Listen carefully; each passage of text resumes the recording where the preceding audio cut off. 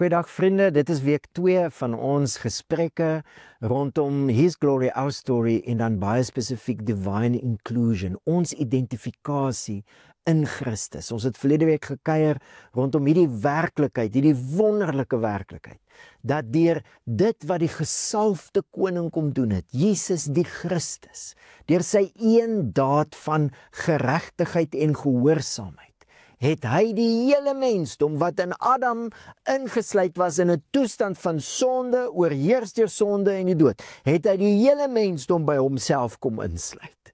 Dis God se genade, divine inclusion, deur dit wat Christus gedoen het. En vandag kuier ons so 'n bietjie verder, onthou ons gesprekke vloei uit die Sondagse boodskap uit. Ons het Sondag uit Romeine 6 'n bietjie gesels oor die gawe van die doop en hoe dit ons juis help om hierdie werklikheid dat ons ingesluit is in Christus te besef, ons eie te maak en in die krag daarvan te lewe. Nou as Paulus begin gesels oor die doop in Romeine 6, dan begin hy met 'n vraag wat hy dan antwoord, maar die vraag kom eintlik uit 'n aanklag uit. Baie mense het Paulus daarvan beskuldig en die mense saam met hom dat hulle God se genade op so 'n radikale manier verkondig dat mense kan moontlik begin dink, ag, is okay as ons aanhou sonde doen. En dis daai vraag wat Paulus dan nou gebruik om 'n punt te maak, 'n baie belangrike punt. So kom ons lees saam Romeine 6 vers 1 tot 4. Wat sal ons dan sê? Sal ons in die sonde bly voortleef sodat die genade kan toeneem? Hoegenaamd nie. Ons wat die sonde afgesterf het, hoe kan ons langer daarin bly leef? Of weet julle nie dat ons wat in Christus Jesus ingedoop is, in sy dood ingedoop is nie? Deur die doop is ons dus saam met hom in die dood begrawe, sodat net soos Christus deur die magtige heerlikheid van die Vader uit die dood opgewek is, ook ons so in 'n nuwe lewe kan lei. So ja, Paulus verkondig 'n radikale genade. Onthou jy, ons het verlede week oor gesels, dit was terwyl ons sondaars was, wat Christus iets gedoen het. Ons het hom nie 'n handjie bygesit nie, ons het niks verdien nie, en ons het ook niks bygedra nie. Wat hy iets gedoen het, sodat ons nie meer bepaal word deur ons toestand wat in Adam was nie. Ons is geherposisioneer en ons is nou in Christus geregverdig. Net genade, radikale genade, hy het dit gedoen terwyl ons sondags was.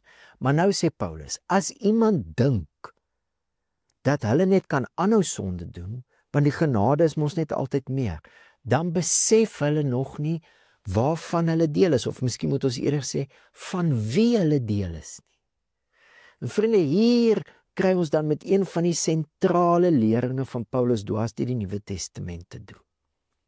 Wat waar is van die Messias, die Christus, die gesalfde koning, is nou ook waar van sy mense. Jesus, die Messias, het gesterf vir sonde. Ons is nou dood vir sonde. Jesus, die Messias, het uit die dood uit opgestaan. Hy is opgewek deur die heerlike magsdaad van die Vader. Net so het ons ook saam met hom opgestaan in 'n nuwe skepingslewe, opstandingslewe. Wat waar is van die Messias, is waar van sy mense, van my en jou. En miskien is dit 'n goeie plek om net hierdie aanbieding nou te pause en 'n bietjie weer hieroor te dink en te gesels. Ons het verlede week daai vraag gevra, maar kom ons vra dit weer, so 'n bietjie op 'n ander manier. Hoe verander die werklikheid dat dit wat waar is van die Messias is nou ook waar van jou? Dood vir sonde, lewendig vir God. Hoe verander daai werklikheid die manier waarop jy oor jouself dink? Kom ons pause die video, ons dink hieroor, ons gesels 'n bietjie hieroor en dan kuier ons verder.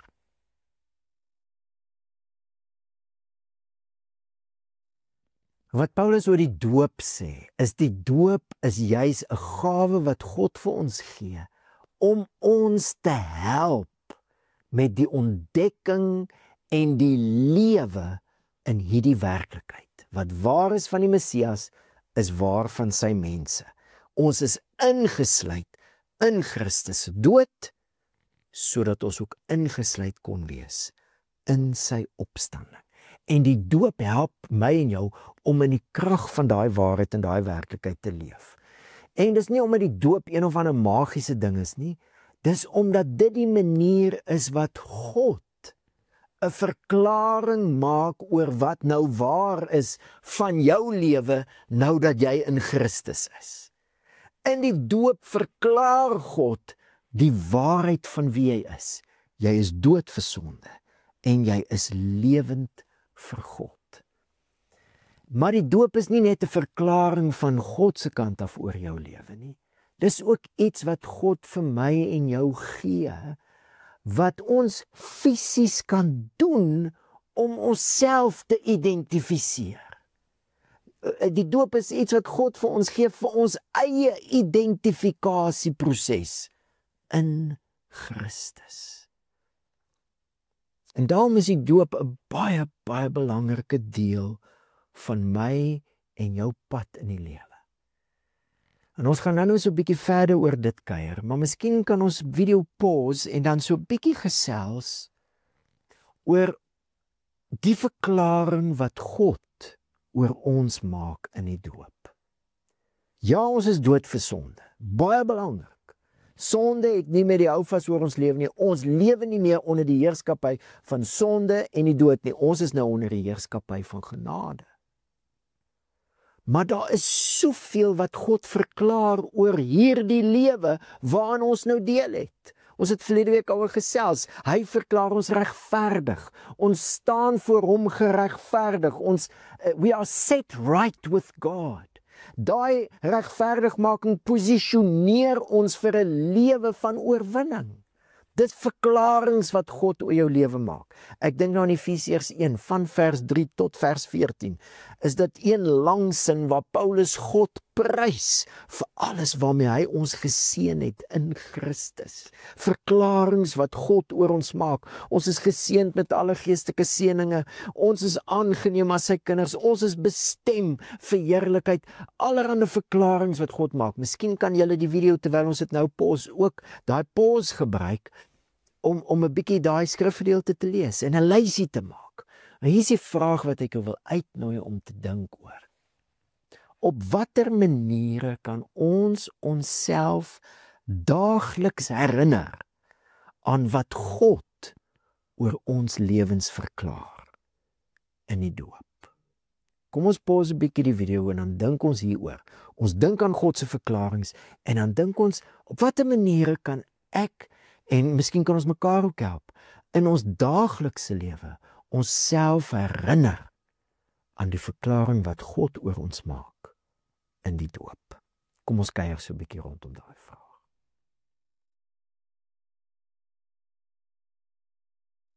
Vriende, die doop is iets wat ons aan mekaar bedien. Dit is die opdrag wat die Here vir ons as sy kerk gegee het om mense te doop, maar die doop is ook 'n manier van lewe wat begin by 'n ander manier van dink oor jouself. Paulus skryf in vers 11: So moet julle ook reken dat julle wel vir die sonde dood is, maar lewend is vir God in Christus Jesus ons Here. En die woordjie reken, ons het Sondag daaroor gesels, is 'n rekenkundige term.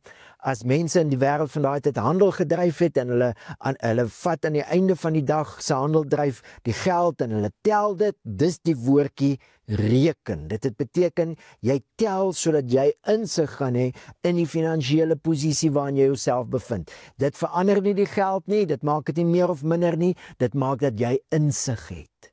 Dis die woordjie wat Paulus gebruik. Die doop wil my en jou bemagtig om elke dag met hierdie insig te lewe. Om so te dink oor onsself, die som van ons lewe so te maak. Ons is dood vir sonde. En ons lewe nou vir God. Hierdie opstandingslewe deur Christus Jesus, ons Here. Natuurlik is daar 'n klem op dit waarvoor ons dood is. Die heerskappy van sonde en die dood het nie meer 'n vat op ons nie, want ons is nie meer onder daai heerskappy nie. Daai heerskappy is oorwin. Ons is nou onder die heerskappy van Christus en die genade van God. Maar die doop wil ons help om meer te fokus op dit waarvoor ons nou lewe. Ons is lewend vir God deur Christus Jesus ons Here. Leslie Newbegin stel dit so: to be baptized is to be incorporated into the dying of Jesus, so as to become a participant in his risen life, and so to share his ongoing mission to the world. It is to be baptized into his mission. Alles wat ek is, alles wat ek het, kan nou nuwe betekenis kry in hierdie roeping. Ek is lewendig vir God en vir die missie van Christus. En ons weet wat dit is, né? Die koninkryk van God in hierdie wêreld, soos in die hemel, so op die aarde. Alles wat ek het, alles wat ek is, kan nou nuwe betekenis kry. En die doop wil my en jou bemagtig om so te dink oor onsself en om so te lewe, om alles wat ons is en het tot beskikking te stel van die sending van Christus, the mission of Christ. Daar's soveel moontlikhede nou, om elke dag, in alles wat ons doen, te lewe as gedoopte mense, dood vir sonde, maar lewendig vir God, in Christus Jesus ons Here. So miskien kan ons dan hierdie week se gesprek hier land met die vraag: wat beteken hierdie stelling vir jou in jou lewe? We are baptized into Christ's mission. En hoe help dit jou om anders te dink oor jou daaglikse lewe? Vriende, ons gaan saam bid en onthou, ons het altyd die standaard vraag wat ons ook in ons gesprek vra: wat het jy verstaan uit die week se boodskap? Waaroor sal jy meer wil leer? En wat sal jy dadelik wil implementeer in jou lewe? Kom ons bid saam. Hemelse Vader, baie dankie dat ons so kan gesels oor die grootste werklikheid in ons lewens. Dit wat U deur U genade bereik het, deur Christus. Dat ons nou ingesluit is in Christus. En wat waar is van die Messias, is nou waar van wie ons is. Ons is dood vir sonde. En ons is lewendig, nuwe skepping, opstandingslewe, soveel moontlikhede, om onsself nou te gee vir die sending van Christus. En Here, terwyl ons nou gesels, seën ons gesprekke, gebruik dit, om ons ook te vestig in hierdie waarheid, Here, in hoe ons elke dag lewe en dink oor onsself. Ons bid dit in die naam van Jesus en ons dank U daarvoor. Amen. Dankie vriende, was lekker om saam met jou te kuier en ons kuier weer volgende week saam.